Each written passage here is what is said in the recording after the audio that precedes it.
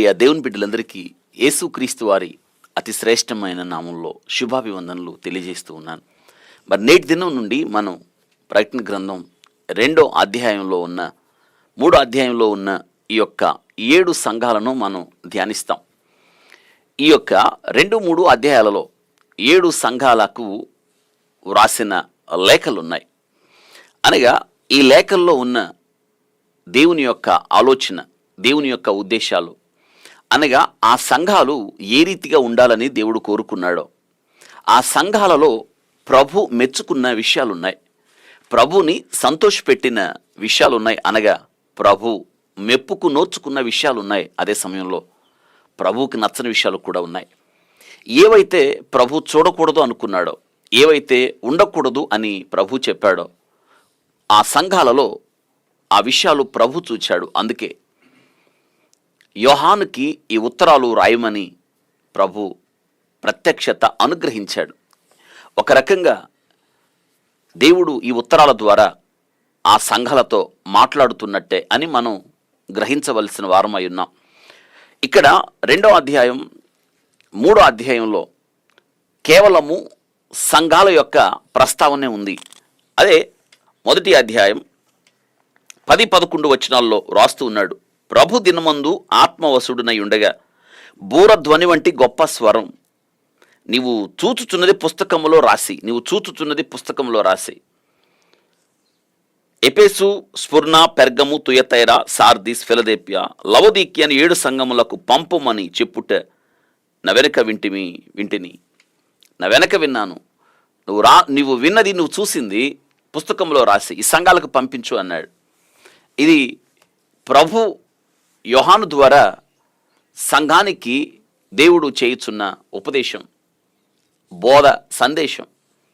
కాబట్టి చాలా కీలకమైంది. ఈ యొక్క 2-3 అధ్యాయాలు ఒక రకంగా మనం ధ్యానించినట్లుగా 7 అనగా అది పరిపూర్ణమైన, సంపూర్ణమైన సంఖ్య. కాబట్టి ప్రతినిధులుగా ఆ 7 సంఘాలకు దేవుడు ఉత్తరాలు రాశాడు. అనగా ఇవన్నీ కూడా సార్వత్రిక సంఘాలకి ఉత్తరాలు. సార్వత్రిక సంఘము అనగా భూమి మీద ఇప్పటిదాకా ఉన్న సంఘం. సంఘము అంటే తన స్వరక్తమిచ్చి సంపాదించిన సంఘం, అనగా యేసుక్రీస్తు వారు తన అమూల్యమైన రక్తమును కార్చి విలువ పెట్టి కొనబడిన దేవుని సొత్తైన ప్రజలు చేర్చబడిన స్థలం ఇది సంఘం. ఆ సంఘముకి చక్కని నిర్వచనం ఎఫెసీ పత్రిక 5వ అధ్యాయం 22 నుండి 33 వచనాలకు చక్కని నిర్వచనం. అది సంఘము ఇది క్రీస్తు ప్రభువుది. ఇది ఎందుకంటే ఆయన దానిని కొన్నాడు, వెలయిచ్చి కొన్నాడు, తన అమూల్యమైన రక్తమును కార్చి కొన్నాడు, విలువ పెట్టి. ఏమిటి ఆ విలువ, ఏమిటి ఆ గొప్పతనం అంటే, వెండి బంగారముల వంటి క్షయ వస్తువుల చేత మీరు విమోచించబడలేదు, కానీ అమూల్యము అంటే క్రీస్తు గొర్రెపిల్ల వంటి క్రీస్తు రక్తము ద్వారా పేతురు భక్తుడు జ్ఞాపకం చేస్తున్నాడు. కాబట్టి ఇప్పుడు ఈ సంఘాలు పూర్తిగా దేవునికి చెందినవి. ఆయన శిరస్సు అయి ఉన్నాడు సంఘము మీద. కాబట్టి ఆ శిరస్సు చెప్పినట్టు వినాలి, అంతే కదా. ఇప్పుడు మన దేహానికి శిరస్సు యొక్క ఆదేశానుసారంగా మన అవయవాలు పనిచేస్తాయి. ఇప్పుడు మనం ఈ చెయ్యి కదిలించాలి అనుకోండి, ఈ చెయ్యి తనంతటి తను కదిలించదు. చెయ్యి కదిలించాలన్న ఆదేశం శిరస్సు నుండి రావాలి. శిరస్సు నుండి ఆదేశం రాకపోతే ఈ చెయ్యి పనిచేయదు. దాన్ని పక్షవాతం అంటారు, అవును కదా. కాబట్టి సంఘాలకు శిరస్సు ఎవరు? క్రీస్తు ప్రభువే, అది ఆయనది. కాబట్టి సంఘాల మీద ప్రభువే చేయాలి. ఆయన భరించువాడు. ఈ సంఘాలను ఆయన భరించాడు ఆయన. కాబట్టి ఈ సంఘంలో ఏది ఉండాలో ప్రభు చెప్పాడు, ఏది ఉండకూడదో కూడా దేవుడు తన సేవకుల ద్వారా చక్కని ఉపదేశాలు మనకు దయచేశాడు. ప్రత్యేకంగా మరి ముఖ్యంగా ఈ పత్రికలు చదువుతూ ఉంటే, పౌలు గారు రాసిన పత్రికలు, ప్రముఖంగా పేతురు రాసిన పత్రికలు, ఈ పత్రికలు చదువుతూ ఉంటే సంఘ క్రమము ఎలా ఉండాలో మనకు అర్థమవుతుంది. ఆ పత్రికలు మనం చదవకుండా సంఘములో అనగా సంఘములో చేర్చబడిన నీవు నేను, ఆ సంఘము అన్న శరీరములో అవయవాలుగా ఉన్న నీవు నేను ఎలా ప్రవర్తించాలో తెలియదు మనకి. అందుకే మనం మరొకసారి నేను జ్ఞాపకం చేస్తున్నాను. ప్రకటన గ్రంథ ధ్యానము అంటే బైబిల్ గ్రంథ ధ్యానం. ఈ సంఘాలు ప్రత్యేకంగా, ఈ సంఘాలు దేవుడు వాటిల్లో చూసిన మంచి విషయాలు, చెడ్డ విషయాలు, మంచి విషయాలు చూసినప్పుడు ఆయన మెప్పును ఘనతను వాగ్దానాన్ని ఇచ్చాడు. చెడ్డ విషయాలు చూసినప్పుడు ఆయన ఖండించాడు, తీసివేసుకోమని హెచ్చరిక చేశాడు. ఇవి మనకు అర్థం అవడానికి, ఈ సంఘాల గురించి అర్థం అవడానికి ఖచ్చితంగా పత్రికలు చదవాల్సిందే. పత్రికలు చదవకుండా మనకి అర్థం కావు. అందుకే బైబిల్ గ్రంథాన్ని మనం చదివినట్టే ప్రకటన గ్రంథ ధ్యానాలు మనం చేస్తున్నామంటే, ఇప్పుడు ప్రత్యేకంగా 7 సంఘాల గురించిన ప్రస్తావన, 7 సంఘాల గురించి మనం ధ్యానం చేయబోతున్నాం. 7 సంఘాల గురించి మనం ధ్యానం చేస్తున్నామంటే దేవుడు ఆ సంఘంలో చూసిన విషయాలు, దేవుడు ఆ సంఘంలో చూసిన ప్రతి సంగతి కూడా ఆయన కనులకు మరుగైంది ఏదీ లేదని, ఆయన అంతా చూడగలుగుతాడని మాకు అర్థమవుతుంది. కాబట్టి ఈ సంఘాలు ఎలా ఉండాలి, సంఘములో నీవు నేను ఎలా ఉండాలి, పౌలు గారు తిమోతికి రాస్తూ అంటాడు, తిమోతి, జీవము కలిగిన దేవుని సంఘంలో ప్రజలు ఎలాగూ ప్రవర్తించాలో, ముఖ్యంగా ప్రవర్తన విషయం మీద ఆధారపడి ఉంది. ఒకనప్పుడు ఎలా పడితే అలా జీవించావు, ఒకనప్పుడు ఎలా పడితే అలా బ్రతికావు. లోకం నాది నాది అని తిరిగావు, కానీ లోకంలో గమ్యం లేని నిన్ను నన్ను ఆయన, నిరీక్షణ లేని నిన్ను నన్ను, శాంతి మార్గము ఎరగని నిన్ను నన్ను ఆయన వెదకి ఆయన మనల్ని రక్షించాడు, మనలను తన బిడ్డలుగా చేసుకున్నాడు, పుట్టకూళ్ళవానింటికి చేర్చాడు, అనగా సంఘంలో చేర్చాడు. ఇప్పుడు బాధ్యత ఆయన తీసుకున్నాడు. అందుకే ఆ సంఘంలో చేర్చబడిన నీవు నేను, ఆ సంఘంలో చేర్చబడిన నీవు నేను, జీవము కలిగిన దేవుని ఆలయంలో జనులెలాగూ ప్రవర్తించాలో మన ప్రవర్తన పూర్తిగా మారిపోయింది. క్రీస్తునందు నూతన సృష్టిగా మార్చబడ్డాం, ఆయన పిల్లలయ్యాం, సిద్ధపరచబడిన వధువు సంఘమయ్యాం, ఒక పురుషునికి ప్రధానము చేయబడిన కన్య అయ్యాం. కాబట్టి ఎంత జాగ్రత్తగా ఉండాలి అంటే, ఇప్పుడు అంతా కూడా అలంకరణ. త్వరలో వివాహ మహోత్సవం జరగబోతుంది, గొర్రెపిల్ల విందు జరగబోతుంది, గమనించారా? కాబట్టి వధువు వేదిక మీదకి రావడానికి ఎలా సిద్ధపడుతుందో మనం కూడా అలా సిద్ధపరచబడే సమయం ఇది. ఎలా సిద్ధపరచబడాలో, ఎలా మనం అలంకరించుకోవాలో, ప్రభు కోరే అలంకారం ఏమిటో, ఆయన ఏ విషయాలు మనలో నచ్చుకుంటాడో, ఇవన్నీ తెలియాలంటే ఈ యొక్క 7 సంఘాలకు రాసిన ఈ యొక్క ఉత్తరాలు మనం చదవాలి. అందులో ఉన్న విషయాలు మనం ధ్యానం చేయాలి. ప్రత్యేకంగా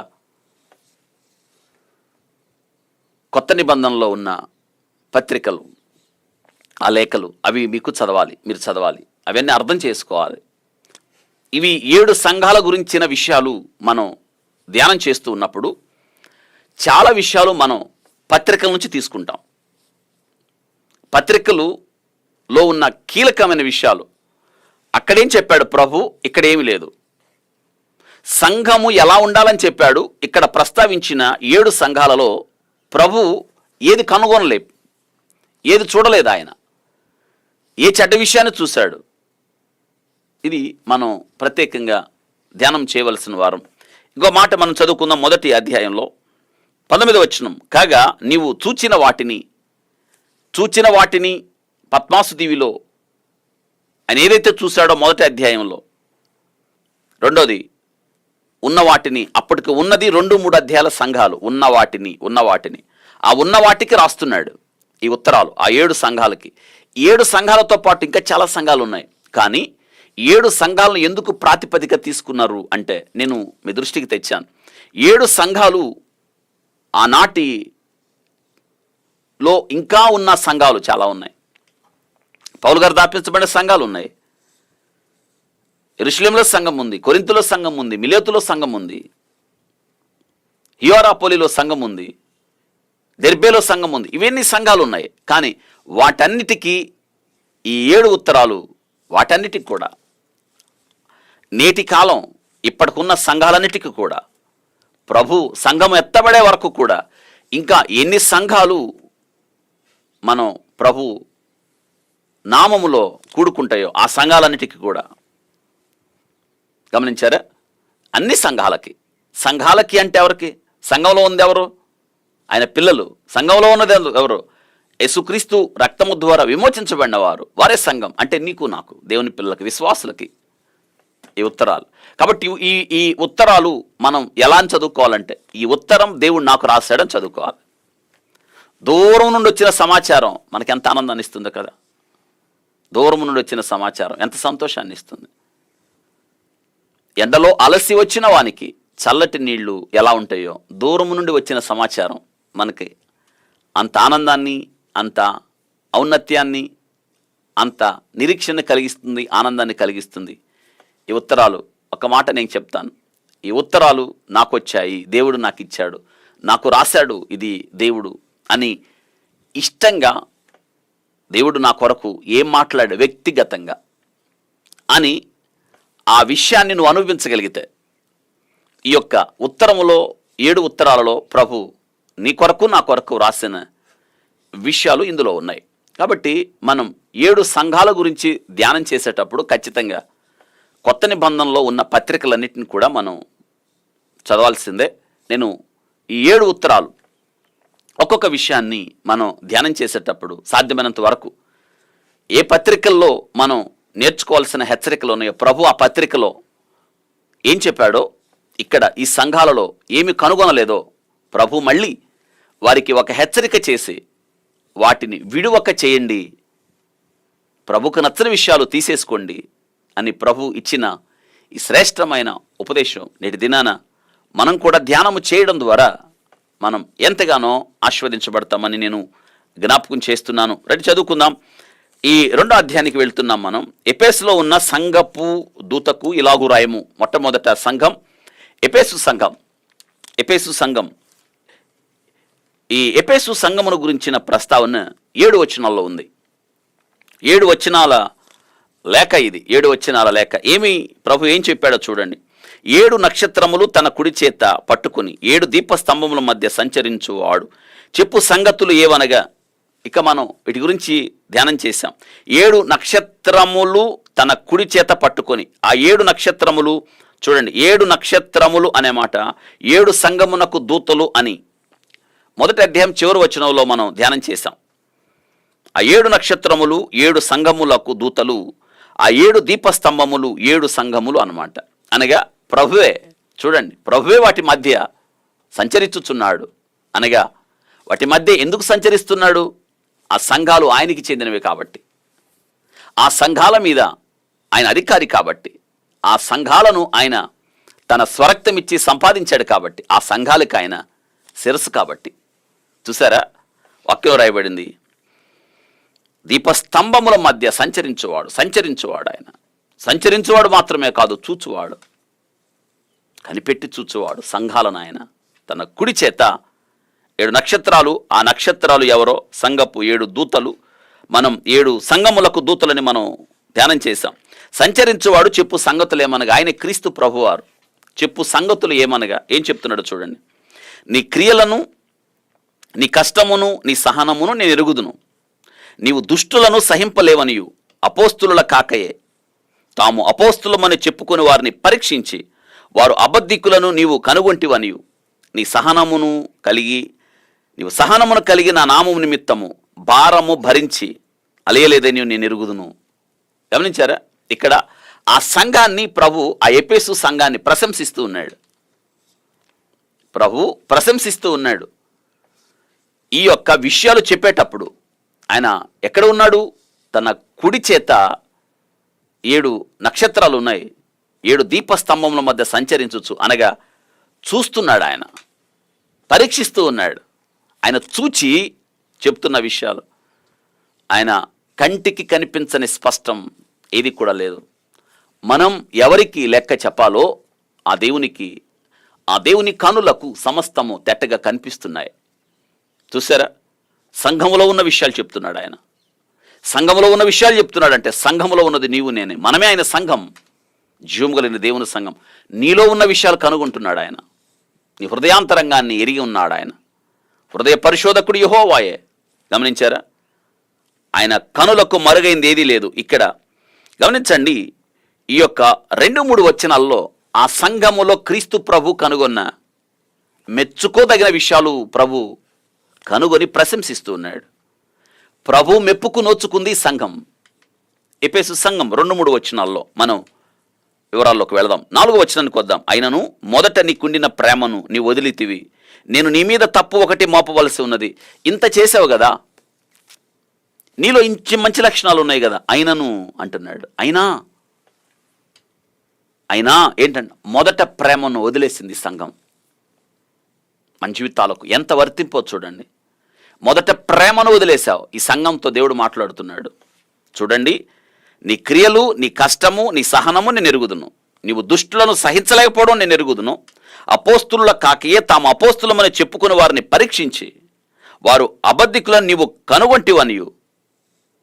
అంటే అబద్ధికులను కనుగొన్న సంఘం ఇది. గమనించారా? నువ్వు సహనము కలిగిన సంఘం, నా నామము నిమిత్తము భారం భరించి అలయలేదనియు నేను ఎరుగుదును అన్నాడు ప్రభు. ఎన్ని మంచి లక్షణాలు ఉన్నాయి. ఈ మంచి లక్షణాల మధ్య చూడండి, అయినను కానీ అనే మాటలో హాని ఉంది కదా. ఇన్ని మంచి లక్షణాలు చెప్పారు కదా ప్రభు ఈ సంఘాన్ని గురించి. కానీ ఈ సంఘంలో ఉన్న మొట్టమొదట ప్రశంసించాడు, మెచ్చుకున్నాడు. ఇప్పుడు ఆ సంఘములో ప్రభువుకి నచ్చని విషయం ఏముందో చూడండి. ఇప్పుడు ప్రభు ఏమి కనుగొన్నాడు ఆ సంఘములు అంటే, నీవు చూడండి, అయినను నీకుండిన ప్రేమను నువ్వు వదిలితివి, నీకున్న ప్రేమను వదిలివితి, నేను నీ మీద తప్పు ఒకటి మోపవలసి ఉన్నది. మొదట ప్రేమను వదిలేసింది. మన జీవితాలు నిజమే, రక్షణ పొందినప్పుడు ప్రేమ లేదు, రక్షణ పొందినప్పుడున్న పట్టుదల లేదు, రక్షణ పొందినప్పుడున్న ఆసక్తి లేదు. దేవుని కొరకు ఏదేదో చేయాలని ఆలోచించావు, ఏమైంది? రాను భక్తి తగ్గిపోయింది కదా, ఆసక్తి లేదు, వెనకబడిపోయావు. ఈ పోరాటంలో నీవు అసలు పోరాటము చేయలేనంతగా బలహీనపడిపోయావు. కారణం ఏంటి? నీకే ఈ ఉత్తరం. ప్రభు రాస్తున్నాడు ఉత్తరంలో విషయాలు చదువుకొని, అవును ప్రభువా, నేనే ఈ లేఖ ఆ దినాన ఎఫెసీ సంఘానికి రాసావు, కానీ ఆ లేఖలో ఉన్నది నేనే. ఆ సంఘములో మొదట ప్రేమను వదిలిపెట్టింది నేనే. ఒకనప్పుడు బాగా పరిగెత్తాను, ఒకనప్పుడు బాగా యుద్ధం చేశాను, ఒకనప్పుడు నేర్పుగా ఓర్పుగా నేను యుద్ధం చేశాను, కానీ యుద్ధం చేయలేకపోతున్నాను. ఆయన నా చేతులకు యుద్ధమును, నా వేళ్లకు పోరాటము నేర్పువాడని చెప్పాను. ఆ యుద్ధంలో నేను చివరి వరకు కొనసాగాలనుకున్నాను, కానీ బలహీనుడయ్యాను. ఎందుకు బలహీనుడయ్యావు? దేవుడు అంటాడు, లేదు నువ్వు బలహీనుడు అవ్వద్దు. చూసారా? దేవుని వాక్యం ఖండించి, దేవుని వాక్యం గద్దించి, దేవుని వాక్యం హెచ్చరిక చేసి, దేవుని వాక్యం ఈ చివరి దినాల్లో నీతి యందు శిక్ష చేసి మనల్ని నిలబెడుతుంది దేవుని యొక్క వాక్యం. నువ్వు పడిపోవడం, వెనక్కి తిరిగిపోవడం, బలహీనుడవడం, జారిపోవడం, వెనుతిరిగిపోవడం దేవునికి ఇష్టం లేదు. అందుకే అంటున్నాడు, ఏమైందని నీకు? దేవుడు ప్రశ్న చూడండి, అదమా ఎక్కడున్నావు? ఎందుకు అక్కడ ఉన్నావు? దేవుడు ప్రశ్న వేస్తాడు. కయ్యూను, నీ తమ్ముడైన హేబేలు ఎక్కడ? బాధ్యత ప్రశ్న. నువ్వు చేసే పనేంటి? దేవుడు ప్రశ్న. చూసారా, ఏమిటి నువ్వు చేస్తున్న పని? ఎలియా, ఇక్కడ నువ్వేం చేస్తున్నావు? దేవుడు చూడండి, ఆయన ప్రశ్న బాధ్యతను రేకెత్తిస్తుంది. ఈ ప్రశ్న చూడండి, అయినను నీ మీద నేను ఒక నేరం మోపాల్సి వస్తుంది, ఒక తప్పు కనుగొన్నాను అని అంటున్నాడు. మొదట నీకున్న ప్రేమను నీ వదిలితివి, నేను నీ మీద తప్పు ఒకటి మోపవలసి ఉన్నది. 5వ వచనం, ఏ స్థితి నుండి పడితే అది జ్ఞాపకం చేసుకొని, దేవుడు చూడండి హెచ్చరిక చేస్తున్నాడు. ఏ స్థితి నుండి పడ్డావో చూడండి, ఏ స్థితి నుండి పడితే అది జ్ఞాపకం చేసుకొని మారు మనసు పొంది ఆ మొదటి క్రియలను చెయ్యి. మారు మనసు పొందు, ఆ మొదటి క్రియలను చెయ్యి. అట్లు చేసి నువ్వు మారు మనసు పొందితే తరి. అట్లు చేసి ఏ స్థితిలో పడ్డావో జ్ఞాపకం చేసుకో. నువ్వు మారు మనసు పొందు. నువ్వు మారు మనసు పొందినా సరే, దేవుడు చెప్తున్నాడు, అవకాశం ఇస్తున్నాడు. నువ్వు మారు మనసు పొందినా సరే, లేని ఎడల నేను నీ యొద్దకు వచ్చి దీపస్తంభమును దాని చోటు నుండి తీసివేతును. ఇది హెచ్చరిక. నువ్వు మారు మనసు పొందినా సరే, ఇది అవకాశం. ఇంత గొప్ప అవకాశాన్ని నిర్లక్ష్యం చేస్తే, నేను నీకు ఇచ్చిన సమయాన్ని నువ్వు పోగొట్టుకుంటే, నేను నీ యొద్దకు వచ్చి నీ యొద్ద నుండి దీపస్తంభమును దాని చోటు నుండి తీసివేతును. అయితే ఈ ఒకటి నీలో ఉంది. ఈ ఒకటి ఏం చెప్తున్నాడు చూడండి, ఏంటంటే నికోలాయితుల క్రియలు నీవు ద్వేషించుతున్నావో. ఎవరి నికోలాయితులు? ఇది నేను మీకు జ్ఞాపకం చేస్తాను, వివరిస్తాను. అయితే ఈ ఒకటి నీలో ఉంది, నికోలాయితుల క్రియలు. పరిశుద్ధ గ్రంథంలో ఈ ఒక్క సందర్భంలో నికోలాయితులు అనే మాట మనం చూస్తాం. ఏంటంటే ఈ సంఘం నికోలాయితుల క్రియలు నీవు ద్వేషించుతున్నావు. ఏం క్రియలయ్యి? ఎవరు ఈ నికోలాయితులు? వీళ్ళెందుకు వచ్చారు ఇక్కడ? ప్రత్యేకంగా ఇక్కడే ఈ నికోలాయితుల గురించి ఎందుకు ప్రస్తావించబడిందో మనం వివరాలు చూద్దాం. నేను కూడా వీటిని ద్వేషించుతున్నాను, గమనించారా? నేను కూడా వీటిని ద్వేషిస్తున్నాను. నికోలాయితులను బోధనను ద్వేషించావు, నేను కూడా ద్వేషిస్తున్నాను. అనగా ప్రభు ద్వేషించేది ఈ సంఘం కూడా ద్వేషిస్తుంది. మంచి లక్షణాలే ఉన్నాయి సంఘంలో, కానీ ప్రభు చెప్పింది తీక్షణంగా వారు ఎంచవలసి ఉంది. ప్రభు వద్దన్నది వద్దు, ప్రభువుకు నచ్చని మనకి వద్దు, ప్రభు కాదన్నది వద్దు, ప్రభు ఉపదేశాన్ని స్వీకరిద్దాం అంటున్నాడు. చెవిగలవాడు ఆత్మ సంఘముతో చెప్పుచున్న మాట వినుగాక. వాగ్దానం చివర, జయించువానికి దేవుని పరదయసులో ఉన్న జీవవృక్షములను భుజింపనిత్తును. జయించువానికి అవును కదా, మరణము వరకు నమ్మకంగా ఉండు, నేను నీకు జీవ కిరీటం ఇస్తాను. జయించువానికి ప్రభు చెప్పిన మాట. ఈ యొక్క ఎఫెసీ సంఘానికి వ్రాసిన ఉత్తరం చాలా అద్భుతమైన ఉత్తరం. నేటి కాలంలో మనం ఖచ్చితంగా అనుదిన జీవితంలో ఈ ఉత్తరము ద్వారా మనల్ని మనం పరీక్షించుకోవాల్సిన బాధ్యత ఉన్నది. మనం వెళుతున్న సంఘంలో ఏ బోధ వింటున్నావో పరీక్షించవలసిన ఆవశ్యకత ఉన్నది. నీవు ప్రయాణం చేస్తున్న దిశ సరిగ్గా ఉన్నదా లేదా మనల్ని మనం వివేచించుకోవాల్సిన బాధ్యత ఉన్నది. ఇదంతా కూడా జీవముగలైన దేవుని సంఘములో మనం ఎలా ప్రవర్తిస్తున్నామో చూసుకోవాల్సిన బాధ్యత కూడా ఉన్నది. క్రైస్తవత్వము అనేది బాధ్యతతో కూడిన జీవితం. ఇది వెలుగునిచ్చే జీవితం, అనేక మందికి స్ఫూర్తిని నింపే జీవితం, అనేక మంది ముందు మన అడుగులు స్థిరపరచబడవలసిన జీవితం, అనేకులు నడిపించవలసిన జీవితం. నీతిమంతుడు తన పొరుగువానికి దారి చూపిస్తాడు అన్న జ్ఞానైన సొలొమోను, అవును, మనం మన పొరుగు వారికి క్రీస్తును గురించిన దారి మార్గాన్ని చూపించవలసిన వారమై ఉన్నాం. ఇది ఈ ఉత్తరము ద్వారా ఎఫెసు సంఘమునకు దేవుడు మాట్లాడుతున్న మాటలుగా మనం జ్ఞాపకం చేసుకోవాలి. వాస్తవంగా ఈ యొక్క ఎఫెసు సంఘం 7 పట్టణాలలో అతి ముఖ్యమైన పట్టణం. ఆ మాట రాసుకోండి. ఎఫెసు సంఘం 7 పట్టణాల్లో ఇది చాలా ముఖ్యమైన పట్టణం. ఎఫెమి అనే ధాతువు నుండి ఎఫెసు అన్న పదం వచ్చింది. ఎఫెసు అంటే అర్థం ఏంటంటే విడవబడినది అని అర్థం. ఎఫెసు అనగా అర్థం ఏమిటంటే విడవబడినది అని అర్థం. ఈ సంఘము యొక్క కాలం క్రీస్తు శకం 70వ సంవత్సరం నుండి క్రీస్తు శకం 120వ సంవత్సరం వరకు. కొద్దిమంది ఏమంటారంటే ఈ సంఘ కాలాన్ని వారు కుదిస్తారు. క్రీస్తు శకం 70 నుంచి క్రీస్తు శకం 120 వరకు అని కొద్దిమంది ఏమంటారంటే క్రీస్తు శకం 30వ సంవత్సరం నుండి క్రీస్తు శకం 100వ సంవత్సరం వరకు అంటారు. ఏదేమైనప్పటికీ కూడా ఈ సంఘము యొక్క కాలం క్రీస్తు శకం 30 నుంచి 100 వరకు అని లెక్కించేవారు కొద్దిమంది. మరికొద్దిమంది ఏమో క్రీస్తు శకం 70 నుంచి క్రీస్తు శకం 120 వరకు అని లెక్కించేవాళ్ళు మరి కొద్దిమంది. ఎలా లెక్కించినా మనం నేర్చుకోవాల్సిన విషయం ఒకటి ఉంది. కొత్త నిబంధనలో ఉన్న రచనలన్నీ కూడా గ్రంథాలు, కొత్త నిబంధన రచన అంతా కూడా ఈ కాలంలోనే జరిగింది.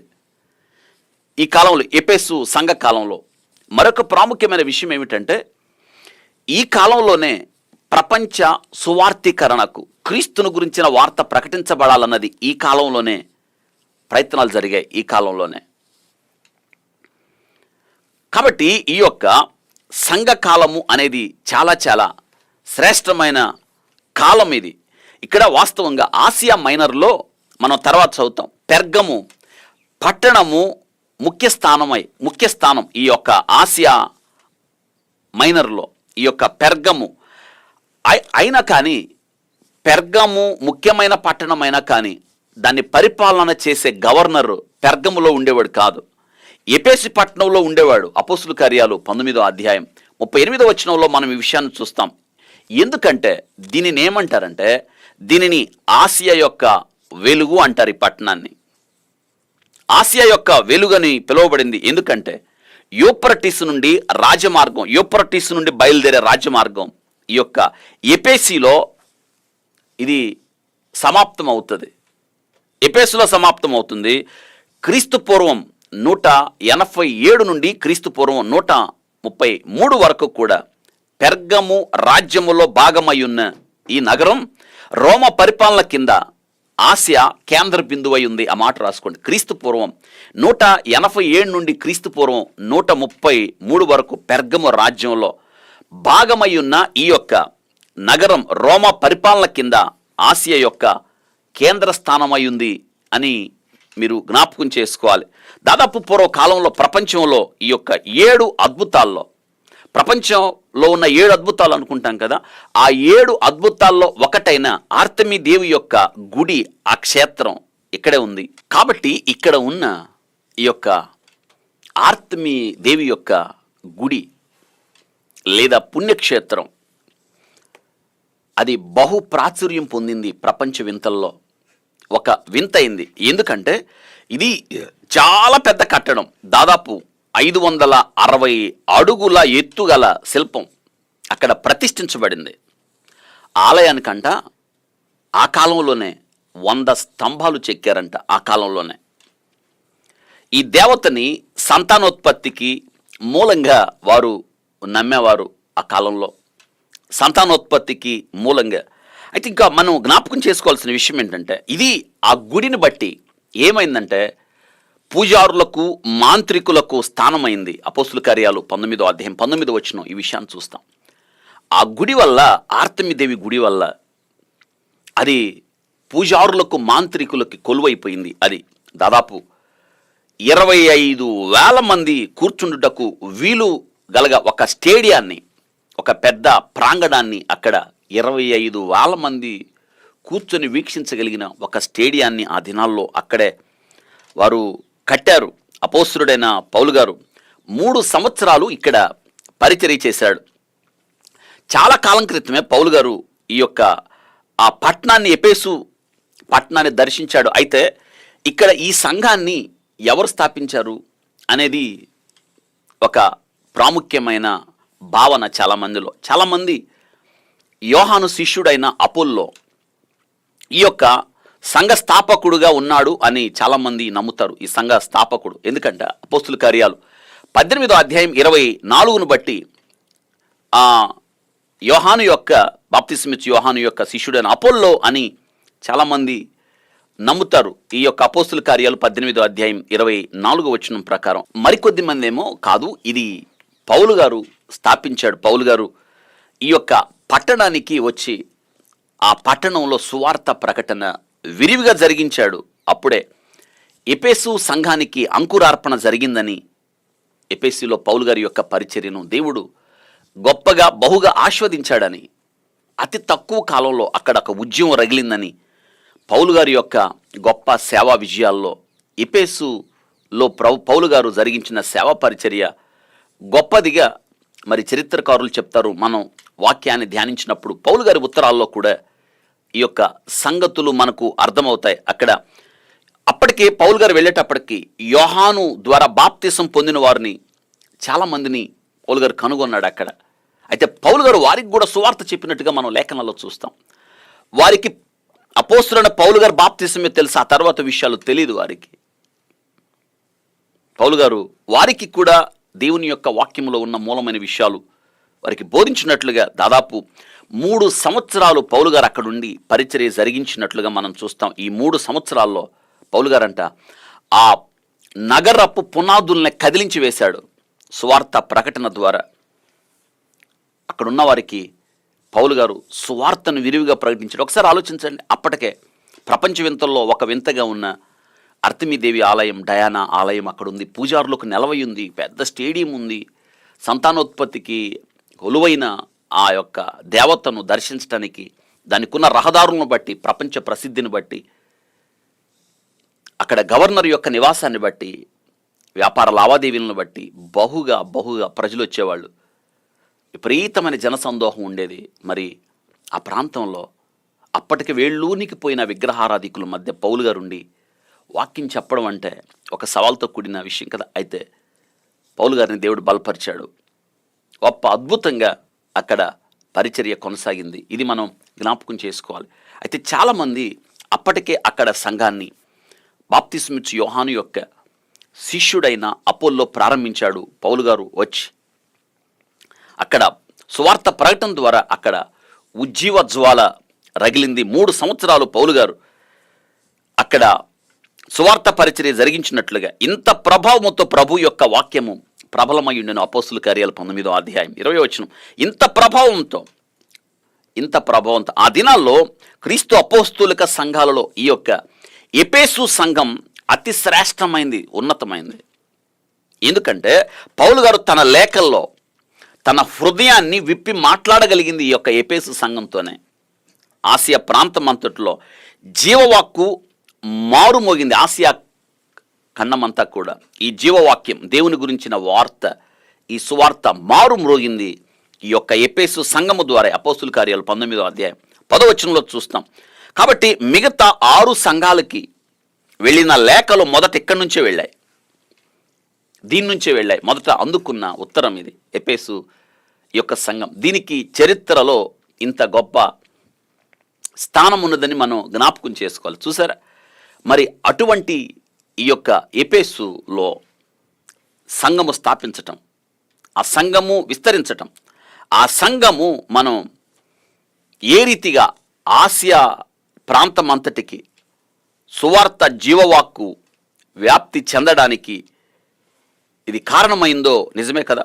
దాదాపు ఇక్కడ మనం ఇంకో విషయం, పౌలు గారు మిలేతు నుండి ఈ యొక్క ఎఫెసుకు వర్తమానం పంపించి పెద్దలను కూడా హెచ్చరిక చేశాడు. మనం అపోస్తుల కార్యాలు 20వ అధ్యాయం 17వ వచనం చూస్తాం. 3.5 సంవత్సరాలు, దాదాపు 3.5 సంవత్సరాలు వీరి మధ్య సువార్త పరిచర్య జరిగిన తర్వాత పౌలు గారు ఏమని చెప్తున్నాడు తెలుసా? నేను వెళ్ళిపోయిన తర్వాత మీలో నుండి క్రూర మృగమైన తోడేళ్ళు బయలుదేరినని బోధించాడు ఆయన. అపోస్తుల కార్యాలు 20వ అధ్యాయం 29-30 వచనం. నేను వెళ్ళిన తర్వాత మీలో నుండి క్రూరమైన తోడేళ్ళు బయలుదేరినని బోధించాడు. రాబో దుర్బోధకుల్ని, అబద్ధ బోధకుల్ని ముందుగానే హెచ్చరిక చేశాడు ఈ యొక్క పౌలు గారు. ఇది ఈ యొక్క ఎఫెసు సంఘము యొక్క చరిత్ర. 7 నక్షత్రములు తన కుడి చేత పట్టుకుని 7 దీపస్తంభముల మధ్య సంచరించువాడు.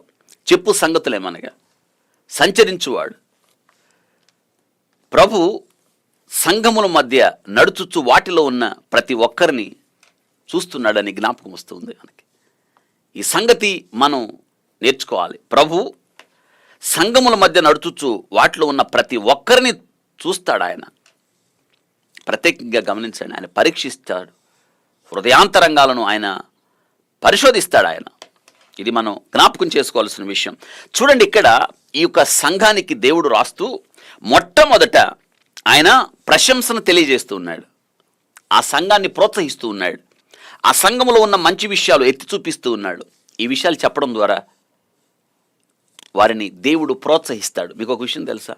దేవుడు ప్రోత్సహించే దేవుడు ఆయన.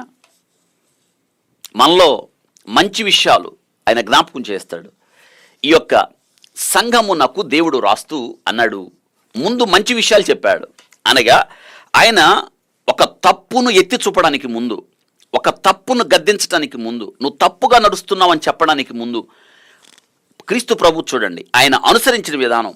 మొట్టమొదట వారిలో ఉన్న మంచి విషయాలు వాడు జ్ఞాపకం చేస్తున్నాడు. నువ్వు అంత బాగా చేసావు, అంత బాగా నడిచావు, అంత యథార్థంగా నిలబడ్డావు, సత్యం కొరకు అంతగా పాటుపడ్డావు, మరి ఈ విషయంలో ఎందుకు దిగజారిపోయావు అంటాడు.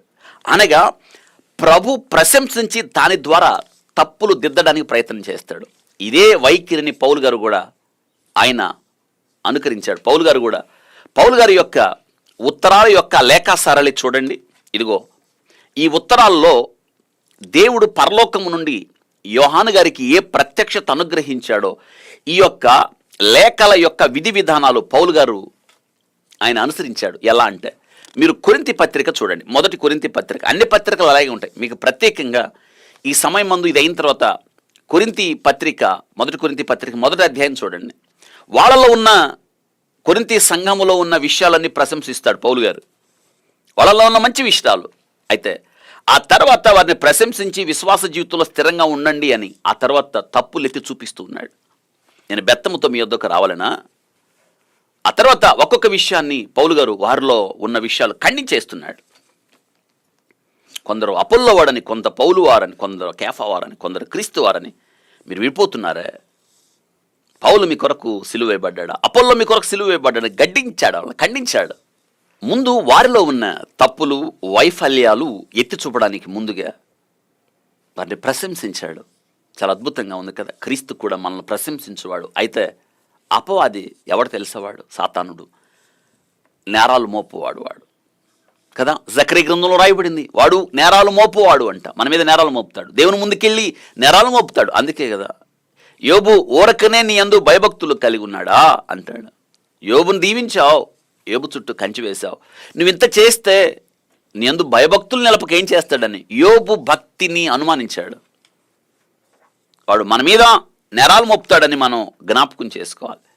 కాబట్టి ఈ యొక్క సంఘము, ఎఫెసు సంఘాన్ని దేవుడు మొట్టమొదట ప్రశంసిస్తూ ఉన్నాడు. ఇక్కడ ఇంకొక మాట, కుడి చేత ఆయన చూడండి పట్టుకొని 7 దీపస్తంభాల మధ్య, 7 నక్షత్రాలు పట్టుకున్నాడు, 7 దీపస్తంభాల మధ్య సంచరించువాడు చెప్పు సంగతులు ఏమనగా, సంచరించువాడు చెప్పు సంగతులు ఏమనగా, ఆయన చూస్తున్నాడు. ఎవరైనా చూస్తున్నాడు, తన కనులతో చూస్తున్నాడు. ఆయన కనులకు మరుగైంది ఏది లేదు. అగ్ని జ్వాలల వంటి కనులతో చూస్తున్నాడు. ఆయన మాత్రమే కనుగొనగలడు. ఆయన కంటికి కనిపించని స్పష్టము ఏది కూడా లేదు కదా, ఆయన మాత్రమే చూడగలుగుతున్నాడు.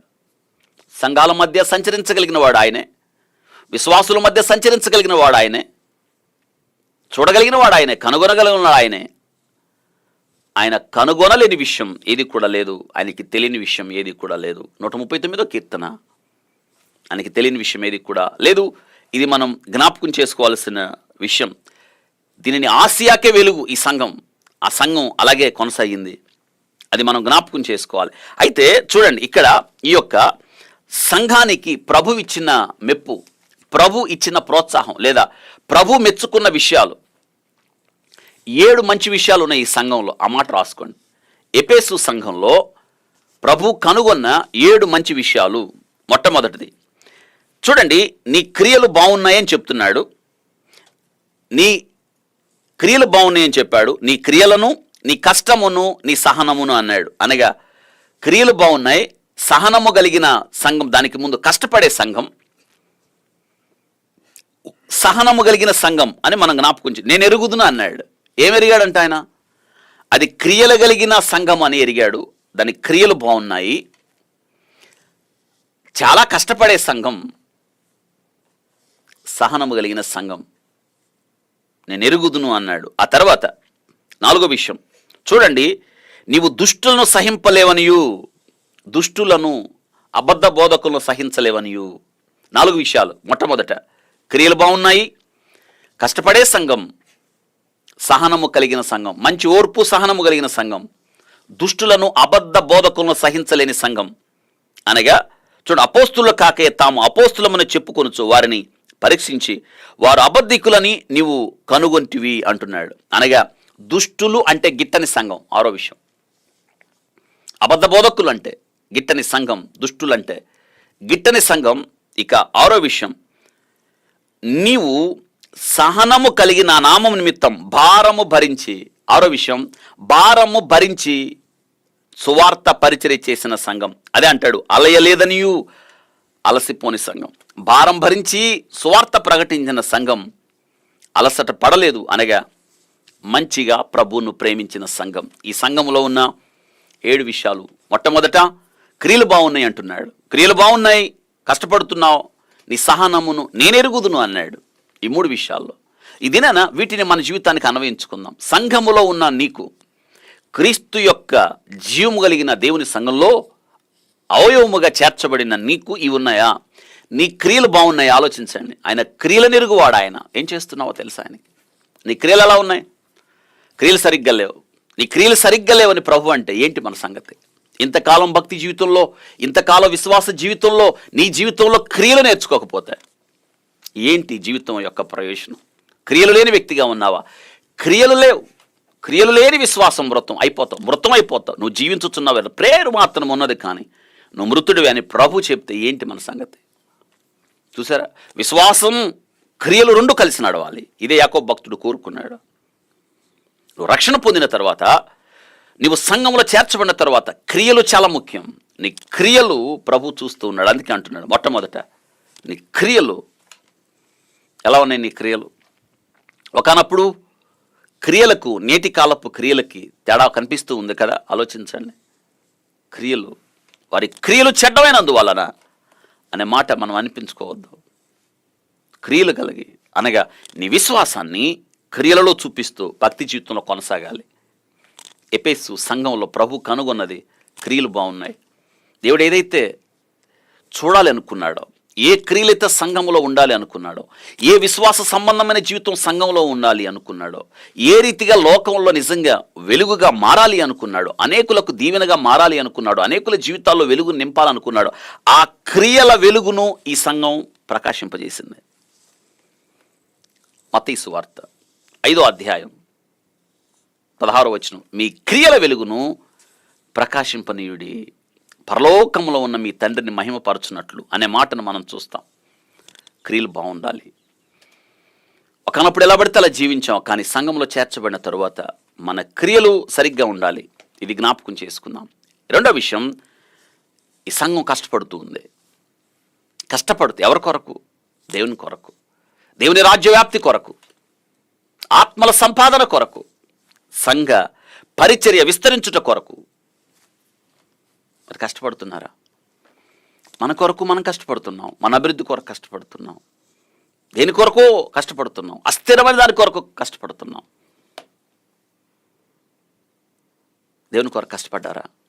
ప్రభు అంటున్నాడు, చూడండి ఏమంటున్నారు తెలుసా? నీ కష్టం నాకు తెలుసు,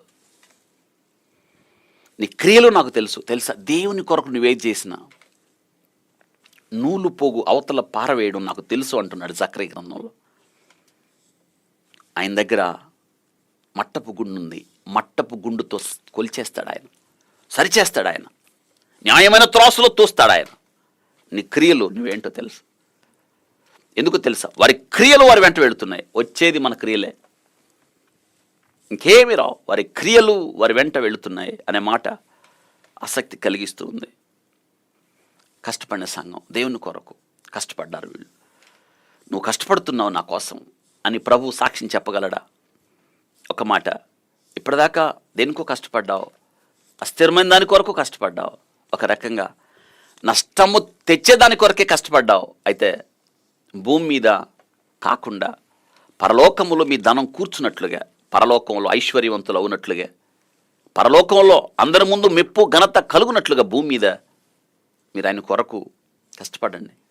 ఈ కష్టపడడమే పౌలు గారు కొరింథీ సంఘాన్ని ప్రోత్సహిస్తున్నాడు. క్రీస్తునందు మీ ప్రయాస వ్యర్థము కాదని ఎరిగి స్థిరులను కదలవారునయుండి ప్రభు కార్యాభివృద్ధి నందు ఎప్పటికీ ఆసక్తులై ఉండండి. క్రీస్తునందు మీ ప్రయాస అంటే క్రీస్తునందు మీ కష్టం వ్యర్థము కాదు. కష్టపడండి, దేవుని కొరకు కష్టపడండి. మూడో విషయం, మంచి ఓర్పు, అదే సహనము కలిగిన సంఘం. ఆ దేవుని కొరకు సహనంతో ఎదురు చూచారు. దేవుని కొరకు అనగా శ్రమలలో, కష్టాల్లో, బాధల్లో, నిందల్లో, తిరస్కారాల్లో దేవుని కొరకు నిలబడడంలో వారు సహనాన్ని కనబరిచారు. వాస్తవంగా అనేక ఇబ్బందులు ఎదురయ్యాయి. ఎందుకంటే అక్కడ అర్తమీదేవి ఆలయం ప్రపంచంలో ప్రసిద్ధి చెందిన వారు ఆ దేవత కొరకు వస్తుంటే అదే స్థలంలో సత్య సువార్త బహుగా వ్యాప్తి చేయడానికి దేవుడు వాడుకున్న సంఘం ఈ యొక్క ఎఫెసు సంఘం. ఆ ఎఫెసు సంఘంలో ఉన్న విశ్వాసులకి ఎన్నో శ్రమలు వచ్చాయి. అవును కదా? మరి వాళ్ళెంతా దేవుని కొరకు ఓర్పుగా సహనంగా ఉన్నారు కదా. దేవుడు అంటున్నాడు, నీ క్రియలు, నీ కష్టము, నీ సహనం నాకు తెలుసు. శ్రమలలో వారు సహనముతో భరించారు. మన జీవితంలో చివరి దినాల్లో సంఘము ఎత్తబడే ఈ దినాల్లో ఈ మూడు మనలో ఉండాలి. మనలో క్రియలు బాగుండాలి, సరిచేసుకోండి. దేవుడు కోరుకుంటున్నాడు, దేవుడు మెచ్చుకుంటున్నాడు ఈ విషయాలు. 2, దేవుని కొరకు కష్టపడండి. ఆయన కష్టపడే తత్వాన్ని కోరుతున్నాడు. మూడోది, సహనాన్ని ఆయన మనలో కనుగొనాలని ఇష్టపడుతున్నాడు. ఆ సహనము ఎటువంటిది మనం కలిగి ఉండాలో యాకోబు భక్తుడి ద్వారా దేవుడు అంటున్నాడు. యోబు సహనాన్ని మీరు ఎరుగుదురు కదా, పౌలు గారు కూడా అంటాడు. ఓర్పు కలిగి ఉండండి. ఓర్పు, సహనము మన జీవితంలో మనకు అవి ఈ చివరి దినాల్లో ఎంతైనా అవసరమై ఉన్నదని మనం జ్ఞాపకం చేసుకోవాలి. 4వ విషయం, అబద్ధ బోధకుల్ని సహించదు. అబద్ధ బోధకుల్ని నేటి దినాన్ని పౌలు గారు అన్నాడు, నేను వెళ్ళిన తర్వాత క్రూరముగాలు, తప్పుడు బోధకులు, అబద్ధ అపోస్తులు, దేవుడు పంపనవారు, సాతానుడే వెలుగుదూత వేషం వేసుకొని తన సేవకుల్ని వాడు సంఘంలో ప్రవేశపెడుతూ ఉన్నాడు. అబద్ధ బోధకుల్ని సహించని సంఘం జాగ్రత్త. ఆ తర్వాత 5వ విషయం, దుష్టులన్న గిట్టని సంఘం. దుష్టుల్ని, అబద్ధ బోధకులు దుష్టుల్ని ఎలా గ్రహించాలి? వాక్యపు వెలుగులో వాక్యం ఏముందో వాక్యానుసారంగా ప్రకటించని ప్రతి ఒక్కడి నుండి మనం తొలగిపోవాలి. పౌలు గారు అదే అన్నాడు. అనగా పౌలు గారు చెప్పిన వాక్యం ఆ రీతిగా ఉందో లేదోనని బెరయ సంఘస్థులు అనుదినం లేఖనాలు వారు పరిశోధిస్తూ ఉన్నట్లుగా మనం ఈ సంఘం అబద్ధ బోధకులను ఉండనివ్వలేదు. ఎందుకంటే మార్గం చెరిపివేస్తారు, తప్పిస్తారు. వాక్యము ఒకటిగా ఉంటే వాక్యాన్ని వీళ్ళు ప్రత్యేకంగా ప్రస్తావిస్తూ వాక్యాన్ని తప్పుడు మార్గంలోకి తీసుకుని వెళ్తారు, వెళ్ళే ప్రమాదం ఉంది. అందుకే అబద్ధ బోధకుల్ని సహించని సంఘం, దుష్టులన్న గిట్టని సంఘం వారు పరీక్షించి, గమనించారా, అపోస్తులమని చెప్పుకుని వారిని పరీక్షించి ఎలా పరీక్ష? వాక్యము ద్వారా పరీక్షించుకోవాలి. అనగా నువ్వేమింటున్నావో జాగ్రత్త. ఈ చివరి దినాల్లో అన్ని బోధలు కాదు, వాక్యం ఏదైతే ఉందో ఈ వాక్యము తప్ప, బైబిల్లో ఉన్నది తప్ప ఎవరు ఏది చెప్పినా మనం నమ్మద్దు, విశ్వసించద్దు, దాని నుండి తొలగిపోవాలి. ఈ సంఘానికి ఒక మంచి లక్షణం ఉంది, పరీక్షించి. మీకుందా? గుడ్డిగా నమ్మేస్తున్నారా? ఎవరు చెప్పినా నమ్మేస్తున్నారా? నేను వచ్చి నాదే వాస్తవం, నేను చెప్పేదే వాస్తవం, నాదే నమ్మండి అంటే గుడ్డిగా నమ్మేస్తారా? లేదు. ఇది ఎంతవరకు వాక్యపు విలువలు నిలుస్తుంది ఈ బోధ అని నువ్వు పరీక్షించాలి. నా మీద ఉన్న ప్రేమతో, నా మీద ఉన్న అభిమానంతో మీరు వాక్యము నమ్మారు అంటే మిమ్మల్ని మీరు మోసం చేసుకున్నట్టు. క్రీస్తు మీద ప్రేమ ఉండాలి, క్రీస్తు కొరకు జీవించాలి. అంతేగాని నా కొరకు మీరు జీవిస్తే గుడ్డోడుకు త్రోవ చూస్తే నువ్వు నేను పోయి గుంటలో పడతాం. జాగ్రత్త. విన్నారు, మీరు చేయాల్సిందేంటి? గ్రహించారు, అయితే వెంటనే మీరు చేయాల్సిందే ఈ దినం నేను విన్న బోధ వాక్యానుసారంగా ఉందా లేదా? ఉంటే స్వీకరించు, లేదనుకో పొర్రపాటును కొడిక ఈ బోధ వినకూడదు. సాతానుడు ప్రవేశపెడతాడు. ఇదే చెప్పాడు పౌలు గారు. నేను వెళ్ళిన తర్వాత జాగ్రత్త. ఇదే విషయం పౌలు గారికి గొప్ప బాధ అయింది, పౌలు గారికి దుఃఖం అయింది. గల్తీలు కూడా అలాగే చేశారు. పౌలు గారు ఉన్నంతసేపు బాగుంది, పౌలు గారు ఉన్నంతసేపు సత్యంలో నడిచారు. కానీ పౌలు గారు వెళ్ళిన తర్వాత అంటున్నాడు వాళ్ళు మార్గము తప్పిపోయారు. వేరే వాళ్ళు వచ్చి అందులో ప్రవేశించి తప్పుడు బోధన ప్రవేశపెట్టారు. సున్నతి గురించి చెప్పారు. సున్నతి లేకపోతే దేవుడు మిమ్మల్ని నచ్చుకోడు అని. ధర్మశాస్త్ర సంబంధమైన క్రియల వల్ల మాత్రమే మనం నీతిమంతులుగా మారతామని చెప్పారు. పౌలు బోధన నుండి తప్పిపోయారు. అప్పుడు పౌలు గారు ఉత్తరం రాస్తున్నాడు, ఓ గల్తీలారా, ఎవడు మిమ్మల్ని భ్రమ పెట్టాను?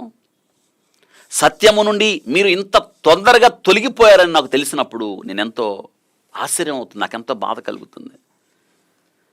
మిమ్మల్ని ఎవడు భ్రమ పెట్టాడో నేను చెప్పలేదా? సిలువ వేయబడిన క్రీస్తును మీ ముందు ప్రత్యక్షపరచలేదా? అంత వివరంగా చెప్తే అవన్నీ పక్కన పెట్టి ఎవడో వచ్చి చెప్తే, వాక్య వ్యతిరేకంగా చెప్తే దాన్ని స్వీకరిస్తారా? ఇది న్యాయమా మీకు? సత్యమును అనుసరించడానికి ఆ దినాన్ని పరిగెత్తుతున్నారు. పరిగెత్తేవారు ఇంకా వేగంగా పరిగెత్తకుండా ఆ సత్యమును అడ్డగించకు. ఆ సత్యమును మీరు పరిగెత్తకుండా ఎవరు అడ్డగించారు? ఆత్మానుసారులుగా పరిగెత్తుతూ శరీరానుసారంగా ముగిస్తారా? ఇది న్యాయమా మీకు? ఈ మాటలు అలాగే ఉన్నాయి. ఈ సంఘం పరీక్షిస్తున్న సంఘం ఈ చివరి దినాల్లో పౌలు గారు చెప్పిన మాటలు, పేతురు భక్తుడు చెప్పిన మాటలు మించి ప్రభు ఇచ్చిన హెచ్చరికలు, అబద్ధ బోధకులు, దుష్ట బోధకులు విపరీతంగా పెరిగిపోయే దినాల్లో వాక్యం ఎరగకుండా, వాక్యం ఏముందో వారు తెలుసుకోకుండా వారు సొంత సిద్ధాంతాలు ప్రజల మీదకు రుద్దే కార్యక్రమాలు ఎక్కువైపోతూ ఉన్నాయి. జాగ్రత్త. ఏమింటున్నావో వాక్య పెలుగులో సరిచేసుకో. మనం బెరయ సంఘస్థుల్లాగా అవ్వాలి. 4-5 విషయాల్లో అబద్ధ బోధకులు సహించలేదు.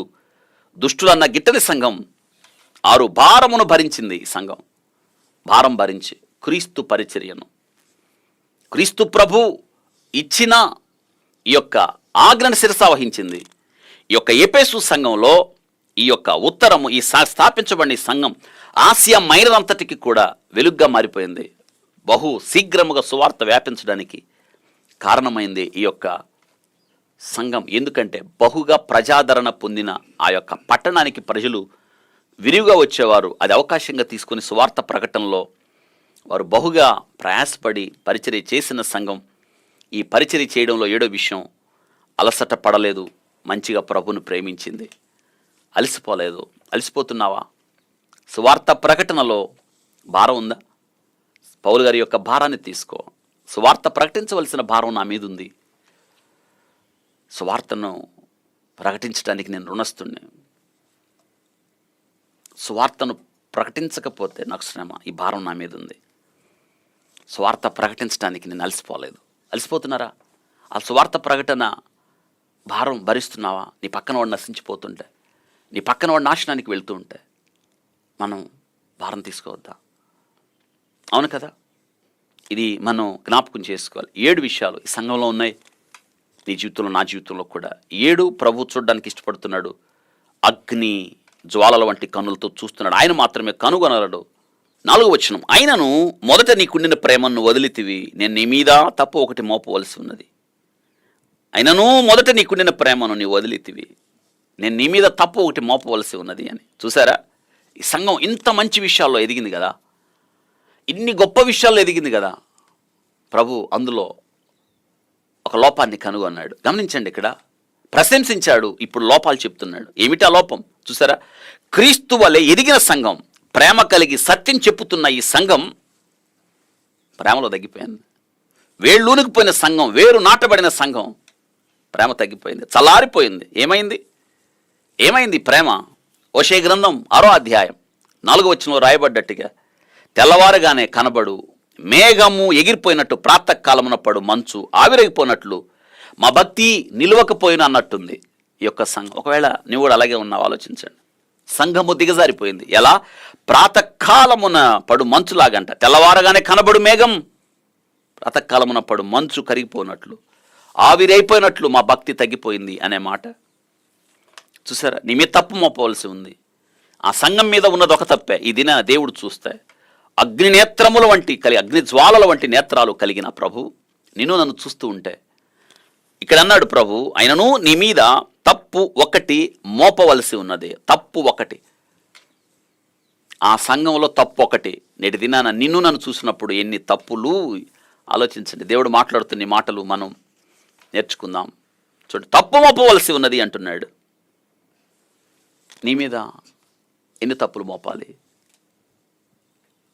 అప్పుడు ప్రేమ నీకు లేదు. ఎందుకని? నీకు అంతే కదా. మనం కూడా చాలాసార్లు ఇటువంటి మాటలు చెప్తూ ఉంటాం. ఏంటో తెలుసా, నేను రక్షణ పొందిన దినాల్లో అని మొదలు పెడతావు, పెద్ద చరిత్ర చెప్తావు. నేను రక్షణ పొందిన దినాల్లో ఎట్టుండేవాడిని తెలుసా, మరి ఇప్పుడు ఎట్టున్నావు? ఇదే కదా, ఇప్పుడు ఎట్టున్నావు? ఇది ముఖ్యం. కార్యారంభము కంటే కార్యాంతం మేలని జ్ఞాని సొలొమోను అంటుండే కదా. అప్పుడు కాదు, ఇప్పుడు నీ సంగతి ఏం చెప్పు. అప్పుడు మా భక్తి ఎలా ఉండేదంటే దేవుడు అంటాడు, ఇప్పుడు ఎట్టున్నావు? ఆ రోజుల్లో అని మొదలు పెడతావు, ఈ రోజుల్లో ఎట్టున్నావు? ఆ రోజులు గడిచిపోయాయి. దేవుడు వస్తే ఇప్పుడు ఈ రోజుల సంగతి అడుగుతాడు. అవును కదా. ప్రేమ తగ్గిపోయిందా? దేవుని మీద ఆశ చచ్చిపోయిందా? దేవుని కొరకు జీవించాలన్న కోరిక అసలు లేకుండా పోయిందా? బైబిల్ చదవాలంటే ఆశ లేదు, దేవుని పరిచర్య చేద్దామంటే ఆశ లేదు. బ్రతికున్నావు, చచ్చిన లెక్కలో బ్రతుకుతున్నావా? దేవుడు ఇది నన్ను మాట్లాడుతున్నాడు. ఎందుకు ప్రేమ వదిలేసావు? ఆ రోజు ప్రేమ లేదు. దేవుడు మారాడా? దేవునికి ప్రేమ తగ్గిపోయిందా? యెహోవానైనా నేను మార్పు లేని వాడను అంటున్నాడు ఆయన. మరి మారదాం, ఇకనైనా లేవనెత్తు. ఆ సంఘానికైతే ప్రభు చూచినప్పుడు ఒక తప్పే ఉంది. మన జీవితాల్లో ఎన్ని తప్పులు ఉన్నాయో చూడండి. ఇప్పుడు దేవుడు ఆ సంఘానికి తప్పు కనుగొన్నాడు. ఇప్పుడు బోధ చేస్తూ ఉన్నాడు. బోధకుడు ఆయన. ఏం బోధ చేస్తున్నాడో చూడండి. 5వ వచనంలో అంటున్నాడు, నీవు ఏ స్థితిలో నుండి పడితే అది జ్ఞాపకం చేసుకుని మారు మనసు పొంది ఆ మొదటి క్రియలను చేయము. అట్లు చేసి నువ్వు మారు మనసు పొందితే సరే, లేని ఎడల నేను నీ యొద్దకు వచ్చి నీ దీపస్తంభమును దాని చోటు నుండి తీసివేస్తున్నా అన్నాడు. చూసారా, దేవుడు గొప్ప అవకాశాన్ని ఇస్తున్నాడు. ఈ తరుణాన్ని సద్వినియోగం చేసుకోవాలి. ఈ సంఘం నీ జీవితంలో కూడా ఈ వర్తమానం ద్వారా దేవుడు నీకు ఒక గొప్ప అవకాశాన్ని ఇస్తున్నాడు. చూసారా, చల్లారిపోయింది. ఉద్యమం లేదు, ప్రేమ లేదు, దేవుని ఎడల ఆసక్తి లేదు. గొప్పగా జీవించిన సంఘం ఎందుకో తెలియదు, చల్లారిపోయింది. అవును కదా. దేవుడు ఇప్పుడు ఉజ్జీవింప చేస్తున్నాడు ఈ సంఘాన్ని. నువ్వు ఏ స్థితిలో పడతావో ఆ స్థితిని జ్ఞాపకం చేసుకో. ఎక్కడి నుంచి పడ్డావు? ఒకనప్పుడు నువ్వు ఎలా ఉన్నావు, ఎలా జీవించావు, ఎలా బ్రతికావు, దేవుని కొరకు రోషం, పౌరుషం, తెగువ ఒకసారి జ్ఞాపకం. ఏమైంది అవన్నీ? కీర్తనకారుడు రాస్తున్నాడు 86వ కీర్తన 6వ వచనం, నీ ప్రజలు నీ యందు సంతోషించినట్లు నీవు మరలా మమ్మను ఉజ్జీవింప చేయము. నీ ప్రజలు నీ యందు సంతోషించినట్లు మరలా మమ్మల్ని ఉజ్జీవింప చేయము. అవును, ఏ స్థితిలో పడితే జ్ఞాపకం చేసుకో. అదమా ఎక్కడున్నావు? దేవుడు చెప్పింది ఇదే. ఏ స్థితిలో పడ్డావు? ఎందుకు ఇలా అయ్యావు? ఎందుకు చెట్టు చాటుకు వెళ్ళావు? అవును కదా. సత్క్రియ చేస్తే తలెత్తుకోవా? ప్రశ్న. గొడ్లు పోగొట్టుకున్నాడు. ఆ పనివాడు యొర్దాను నదిలో పడిపోయింది. ఆ మ్రాణులు నరుకుతున్నప్పుడు ఏం చేశాడు పనివాడు? వెంటనే కేక, అయ్యో నా ఏలినవాడా, గొడ్డలి సరిపోయింది. దైవజనుడు కేకేశాడు. దైవజనుడు వచ్చాడు. దైవజనుడి ప్రశ్న, అది ఎక్కడ పడినో? ఇది ప్రశ్న, ఎక్కడ పోగొట్టుకున్నావు? నీ జీవితంలో నీవు ఎక్కడ పోగొట్టుకున్నావు, ఏం పోగొట్టుకున్నావు, ఎప్పుడు పోగొట్టుకున్నావు, ఎందుకు పోగొట్టుకున్నావు? ఇది ప్రశ్న. సరి చేసుకోండి. దేవుడు అవకాశం ఇస్తున్నాడు. దేవుడు అంటున్నాడు, నువ్వు మారు మనసు పొందాలి, తిరిగి పడిన స్థితిలో ఉండొద్దు. దేవుడు అవకాశం ఇస్తున్నాడు. ఈ అవకాశాన్ని సద్వినియోగం చేసుకుందాం. మారు మనసు పొంది ఆ మొదటి క్రియలు ఎక్కడైతే ప్రారంభించావో, ఏ క్రియలైతే నేను నీలో చూశాను, ఆ 7 క్రియలు, 7 మంచి విషయాలు, అవి మొదలుపెట్టు. ఇకనైనా నా కొరకు జీవించు, ఇకనైనా లేవనెత్తబడు, నేను వస్తున్నాను అని ప్రభువు మాట్లాడుతున్నాడు. నువ్వు మారు మనసు పొందాలి. ఒకవేళ నువ్వు మారు మనసు పొందకపోతే ప్రభు అంటున్నాడు, లేని ఎడల నేను యొద్దకు వచ్చి నీ దీపస్తంభమును దాని చోటు నుండి తీసివేతును. కఠినమైన మాటలు ఇవి. తీర్పు ఆయన హెచ్చరిక చేస్తున్నాడు. దీపం వెలిగించుట అనగా ఆ దీపం వెలుగుకి అనగా ప్రేమ ఉజ్జీవం సాక్ష్యం. మీ ప్రేమ ఉజ్జీవ సాక్ష్యం. ఆ దీపం వెలుగుచుండడం అంటే ఆ ప్రేమ ఉజ్జీవం, ఆ సాక్ష్యం. అదే కదా ప్రభు అంటాడు. లూకా సువార్త 12వ అధ్యాయంలో ప్రభు మాట్లాడుతున్నాడు 35వ వచనంలో, మీ దీపముల వెలుగుచుండనీయుడి, దాన్ని మంచం కింద పెట్టొద్దు, దీపస్తంభం మీదే పెట్టాలి. లూకా సువార్త 8వ అధ్యాయం 16వ వచనంలో. చూసారా దేవుడు మాట్లాడుతున్న మాటలు, బోధ. ఇది వారికి ఇస్తున్న బోధ. మీ దీపాలు వెలగాలి, మీ ప్రేమ ఇంకా కొనసాగాలి, దేవుని కొరకు మీ ఉద్యమం ప్రజ్వలింపచేయాలి, మీ సాక్ష్యం ఇంకా దూర తీరాలకు వెళ్ళాలి. ఇదే వెలుగుచున్న దీపం, ఇదే దీపస్తంభం, సాక్ష్యం. నీ మొదటి క్రియలు చెయ్యి అన్నాడు. వారికి అవకాశం ఇచ్చాడు, మారు మనసు పొందే అవకాశం. ఇదినా నీకు నాకు అవకాశం ఇస్తున్నాడు. మన జీవితాన్ని సరిచేసుకుందాం, మన బ్రతుకులు మార్చుకుందాం, ప్రభు దగ్గరికి వద్దాం. ప్రభువా నిజమే, నాయన పడిపోయింది నేనే, జారిపోయింది నేనే, ప్రేమ వదిలేశాను, చల్లారిపోయింది, ఉద్యోగం లేదు, ఇప్పుడు ఈ ఉద్యోగాన్ని తిరిగి తెచ్చుకుంటాను ప్రభువా, నా మొదటి క్రియలే చేస్తాను. కఠినమైన మాటలు ప్రభు మాట్లాడుతుండగా ప్రభు దగ్గరికి వచ్చి సరిచేసుకుందాం. అయితే దేవుడు ఒక చక్కని మాట మరొకటి చెప్తున్నాడు ఇక్కడ. ఇది మనం ఎంతగానో నేర్చుకోవాల్సిన విషయం. నేను ఓర్వలేని దానిని ఫినెహాసు ఓర్వలేకపోయాడని మోషేతో చెప్తున్నాడు. నేను సహించలేని దానిని. ఎందుకంటే ఇజ్రాయేలీలు షిత్తీముకు వచ్చినప్పుడు వారు ఆ ప్రాంతంలో మోయాబు స్త్రీలతో ఆ మోయాబు మైదానాలలో విచ్చలవిడిగా పాపం చేశారు. దేవుని కోపం వచ్చింది. మోషే మాట్లాడుతున్నప్పుడు ఒకడు మోయాబు స్త్రీని తీసుకెళ్తున్నాడు గుడారంలో పాపం చేయడానికి. ఇది చూసిన ఫినెహాసు, అహరోను వంశంలో ఎలియాజరికి ఆ వంశంలో వచ్చిన ఈ ఫినెహాసు చేతిలో బల్లెం తీసుకొని ఆ గుడారములోకి వెళ్ళి ఆ తీసుకెళ్ళిన వాడిని, ఆ స్త్రీని బల్లెముతో ఈటితో నేలకు దించేశాడు. ఆ తెగులు ముగింపుకు కారణమయ్యాడు. దేవుని కోపాన్ని మళ్లించాడు. దేవుడు సాక్ష్యం ఇస్తున్నాడు. నేను ఓర్వలేని దానిని ఫినెహాసు ఓర్వలేకపోయాడు. అలా ఉంది ఈ సంఘం. తెలుసా, ఒక ప్రశంస, ఒక గొప్పతనం. దేవుడు మాట్లాడుతున్నాడు. చూడండి, అయితే నీలో ఒక్కటి నీలో ఉన్నది ఈ ఒకటి, నికోలాయిత్తుల క్రియలు నీవు ద్వేషించుచున్నావు, నేను కూడా వాటిని ద్వేషించుచున్నాను అన్నాడు. చూసారా, నికోలాయిత్తులు, ఒక మాట మీ నోట్స్లో రాసుకోవాలి. నికోలాయిత్తులు అంటున్నాడు. ఎవరి నికోలాయిత్తులు?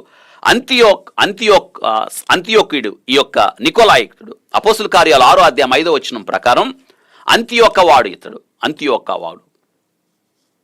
అంతియోకవాడైన నికోలస్ అంటారనమాట ఇతడు. అంతియోక ప్రాంతానికి చెందినవాడు. అపోస్తుల కార్యాలు 6వ అధ్యాయం 5వ వచనం.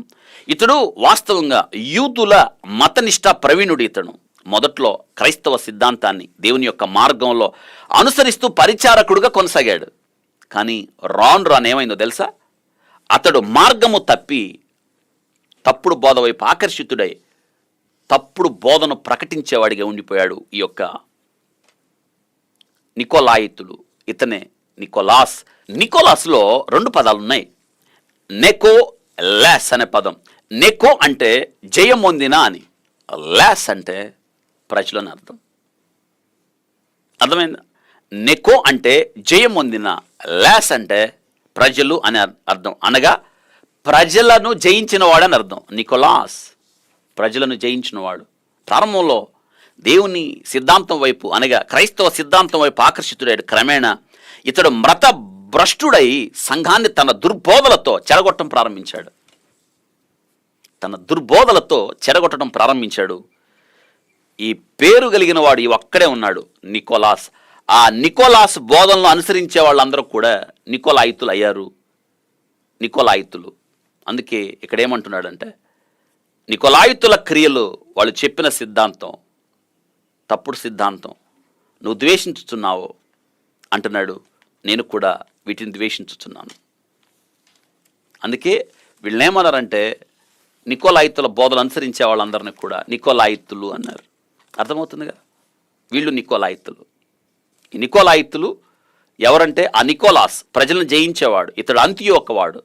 ప్రారంభంలో దేవుని మార్గంలో నడిచినవాడు, సత్య మార్గం వైపు వెళ్ళినవాడు. కానీ రాను రాను అతడు మార్గము తప్పిపోయి భ్రష్టుడై వేరొక సిద్ధాంతాన్ని ప్రతిపాదించి ఆ దుర్బోధన ప్రకటించే సంఘాన్ని చెడగొట్టడం ప్రారంభించాడు. ఆ నికోలాస్ అనే ఆ వ్యక్తి పరిశుద్ధ గ్రంథంలో ఒక్కసారి రాయబడింది. అతని బోధన అనుసరించి దుర్బోధన అనుసరించి మార్గం తప్పిపోయిన వారందరూ కూడా నికోలాయితులు అయ్యారు. దేవుడు అంటున్నాడు, నీవు ఆ విషయాన్ని గ్రహించావు, నీవు నికోలాయితుల క్రియలను నువ్వు ద్వేషించుచున్నావు, నేను దాన్ని ద్వేషిస్తున్నాను. ఈ విషయంలో దేవుడు వాళ్ళని ఎంత చక్కగా ప్రశంసిస్తున్నాడు చూడండి. చివరిగా అంటున్నాడు 7వ వచనం, చెవిగలవాడు తన ఆత్మ సంఘంతో చెప్పుచున్న మాట వినుగాక, జయించువానికి దేవుని పరదైసులో ఉన్న జీవవృక్ష ఫలములను భుజింతునిత్తును. ఇది వాగ్దానం చివరిలో ఆ సంఘానికి ఏంటంట, జయించువానికి దేవుని పరదైసులో ఉన్న జీవవృక్ష ఫలములు భుజింతునిత్తును. జయించువారికి వాగ్దానం, జయించువారికి. పరదైసు అనే ప్రస్తావన బైబిల్ గ్రంథంలో 3 సందర్భాల్లో ఉంది. లూకా సువార్త 23వ అధ్యాయం 43వ వచనం, 2 కొరింథీ పత్రిక 12వ అధ్యాయం 4వ వచనం, ప్రకటన గ్రంథం 2వ అధ్యాయం 7వ వచనం. ఈ పరదైసు అనే మాట ఈ 3 ప్రస్తావనలో ఉంది. లూకా సువార్త 23వ అధ్యాయం 43వ వచనం, 2 కొరింథీ పత్రిక 12వ అధ్యాయం 4వ వచనం, ప్రకటన గ్రంథం 2:7. యేసుక్రీస్తునందు తిరిగి జన్మించిన వారందరికీ వాగ్దానం. ఏ ఒక్కరికో కాదు ఈ ధన్యత, క్రీస్తునందు నూతన సృష్టిగా మార్చబడిన వారందరికీ. ఆదాము జీవవృక్ష ఫలాలు పోగొట్టుకున్నాడు, కానీ క్రీస్తు యేసు యొక్క ఆలోచించాడు. క్రీస్తు యేసు మరణమును నిర్ధకము చేసి మరణమును అక్షయతను సువార్త వలన వెలుగులోనికి తీసుకొచ్చాడు. ఆ వెలుగును విశ్వసించి ఆ వెలుగు మనం క్రీస్తు అనే వెలుగులోనికి వచ్చి చీకటి నుండి ఆశ్చర్యకరమైన వెలుగులోనికి వచ్చాం. తన మూల్యమైన రక్తంతో నిన్ను నన్ను కడిగి పరిశుద్ధులుగా చేర్చి సంఘంలో చేర్చాడు.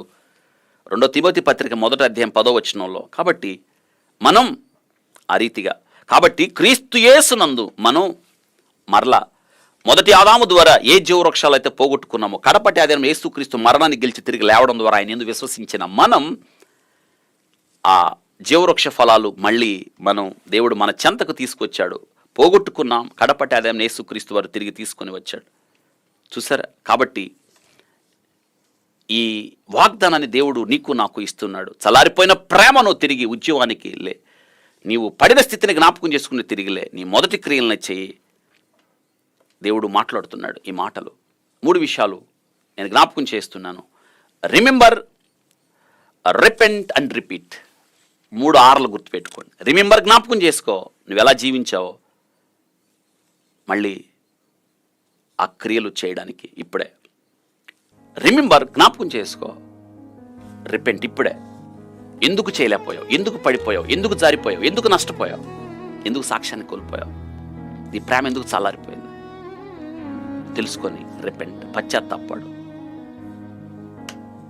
పశ్చాత్తాపడిన వెంటనే మళ్ళీ ఆ క్రియలు చేయి. That's repeat. Remember, repent and repeat. అర్థమవుతుంది కదా? ఈ సంఘంలో ఎన్ని గొప్ప విషయాలు దేవుడు మనతో మాట్లాడాడు కదా. మళ్ళీ ధ్యానం చేయండి. ఎఫెసు సంఘం, దేవుడు చక్కని విషయాలు ఆ సంఘంలో ప్రభు కనుగొన్నాడు, ప్రభు మెచ్చుకున్నాడు. 7 విషయాలు ప్రభు చూశాడు. ప్రభు వాటిని మెప్పు, ప్రభు ఘనత ఇచ్చిన తర్వాత ఆ సంఘములో ఉన్న ప్రేమ చల్లారిపోవడం ప్రభు కనుగొన్నాడు. గద్దించాడు, బోధ చేశాడు, మారు మనసు పొందమని అవకాశం ఇచ్చాడు, లేవనము అన్నాడు. నువ్వు లేస్తే సరే, మారు మనసు పొందు, మళ్ళీ ఆ క్రియలు చేయి, లేదా నీ యొద్దకు వచ్చి దీపస్తంభాన్ని తీసేస్తాను. ఒక హెచ్చరికతో కూడిన కఠినమైన బోధ చేశాడు. నేర్చుకోవాలి మనం కూడా. ఇది నాన్న ఈ వర్తమానం నీ కొరకే. చక్కని వాగ్దానం కూడా ఇచ్చాడు, పరలోక రాజ్యాన్ని, జీవవృక్ష ఫలాలు దేవుడు నీకు ఇస్తాను అంటున్నాడు. జ్ఞాపకం చేసుకుందాం, పశ్చాత్తాపడదాం, ఆ క్రియలను చేద్దాం, ప్రార్థన చేసుకుందాం. అవును కదా, దేవుడు ఇది నాన్న ఈ వర్తమానాన్ని నీ కొరకు నా కొరకు ఇచ్చాడు. దేవుడు కనుగొన్న మంచి విషయాలు నీలో కూడా ఉండాలి. నీ క్రియలు సరి చేసుకో. ఇక్కడైనా దేవుని కొరకు కష్టపడు, మంచి ఓర్పు సహనంతో దేవుని కొరకు నీ ప్రయాణాన్ని కొనసాగించు. ఏం వింటున్నావో చూడు, వాక్యానుసారమైన బోధేనా? నువ్వు వింటున్న బోధ దేవుడు మనకిచ్చిన వాక్యానుసారంగా ఉందా? అబద్ధ బోధకుల్ని సహించని సంఘం, నీవు అబద్ధ బోధకులను, దుష్టుల్ని ఎంత మాత్రం నువ్వు ఓరవలదు. దేవుని కొరకు భారం వహించు, సువార్త పరిచర్యలు ముందుకు సాగాలి. అలసిపోక సాగిపోయిన సంఘం, ప్రభువును గొప్పగా ప్రేమించిన సంఘం అయితే అగ్ని జ్వాలలతో కన్నులతో చూచిన ఆయన మాత్రమే కనుగొనగలడు ప్రేమ తగ్గిపోయింది అని. ప్రభు కనుగొన్నాడు, హెచ్చరిక చేశాడు, దిద్దుబాటు చెప్తున్నాడు. మారుమనసు పొందు, లేని మొదటి క్రియలు చేయి అని ఒక బోధ చేశాడు. నువ్వు అలా చేయగలిగితే జీవవృక్ష ఫలాలు ఇస్తానన్నాడు. ఈ వాగ్దానాలు నీ కొరకు నా కొరకే. ఆలోచించు, ఈ వాక్యము ద్వారా జీవితాన్ని సరి చేసుకో. పరిశుద్ధుడా స్తోత్రాలు. ఎన్నో మంచి విషయాలు ఎఫెసు సంఘంలో కనుగొన్నారు ప్రభువా. ఆ సంఘాన్ని ప్రశంసించారు, అదే సమయంలో ఆ సంఘములో ఉన్న లోపాలు సరిచేశారు, మారు మనసు పొందమని అవకాశం ఇచ్చారు. స్తోత్రాలు. మీ ఘనమైన నామంలో ఈ వర్తమానం మా కొరకే. ఈ ఎఫెసు సంఘపు వెలుగులో మీరు ఆ సంఘానికి రాసిన ఉత్తరాలలో ఉన్న విషయాలని కూడా మా కొరకే అని వాటిని అన్వయించుకొని ఎక్కడ సరిచేసుకోవాలో, ఎక్కడ దిద్దుకోవాలో, ఎక్కడ లేవనెత్తబడాలో ఆ విషయాలు ప్రభువా మేము గ్రహించి మీరు మాకు ఉపదేశించిన ప్రకారం ముందుకు సాగడానికి సహాయం చేయండి. వాక్యం విన్న ప్రతి బిడ్డను దీవించి ఆస్వాదించి ఘనమైన మీ నామానికి భయం తెచ్చుకున్నామని దీవించి ఆస్వాదించమని యేసు నామములో అడిగి వేడుకుంటున్నాము తండ్రి. ఆమేన్. మన తండ్రైన దేవుని ప్రేమ, కుమారుడిని యేసుక్రీస్తు యొక్క కృప, పరిశుద్ధాత్మ అన్యోన్య సహవాసం, కాపుదల నడిపింపు మనందరికి సదాకాలం తోడయుండి నడిపించునుగాక. ఆమేన్. God bless you.